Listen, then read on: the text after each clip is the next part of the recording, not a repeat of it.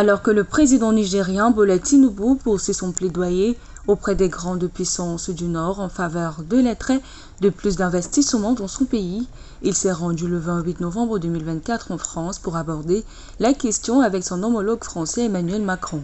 Cette visite d'État à Paris du président nigérien Bola Tinubu, qui marque une première depuis 24 ans, a notamment été ponctuée par l'annonce d'une implantation prochaine d'une 5e banque nigériane en France, la United Bank of Africa.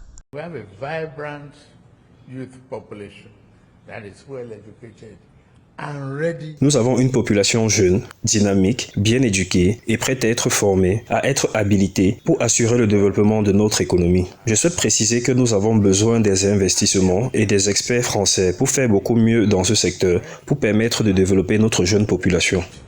To do more in this area to help develop our youth population. Lors de cette rencontre, une série d'accords économiques et stratégiques ont été conclus.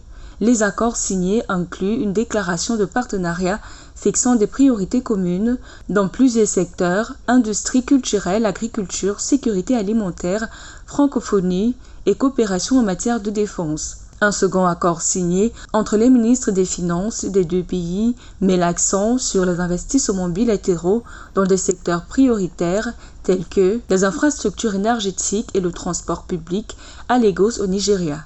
Le président français Emmanuel Macron a d'ailleurs, lors de ces concertations, fait état du prêt de l'Agence française de développement pour plus de 330 millions d'euros dès 2025 pour des projets de sécurité alimentaire, de mobilité urbaine, d'enseignement supérieur, d'agriculture, de formation professionnelle et de changement climatique. La France continuera de s'investir à travers aussi son Agence française de développement.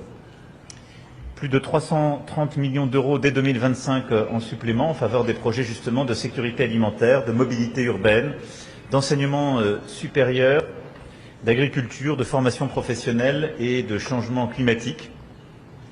Aux investissements du groupe AFD viendront s'ajouter de nouveaux investissements via aussi des prêts du Trésor français pour la modernisation de l'élevage dans l'état de Kwara, la rénovation d'hôpitaux universitaires, la construction d'un démonstrateur de mini-centrale hydraulique dans l'état de Katsina, pour ne citer quelques-uns des projets communs.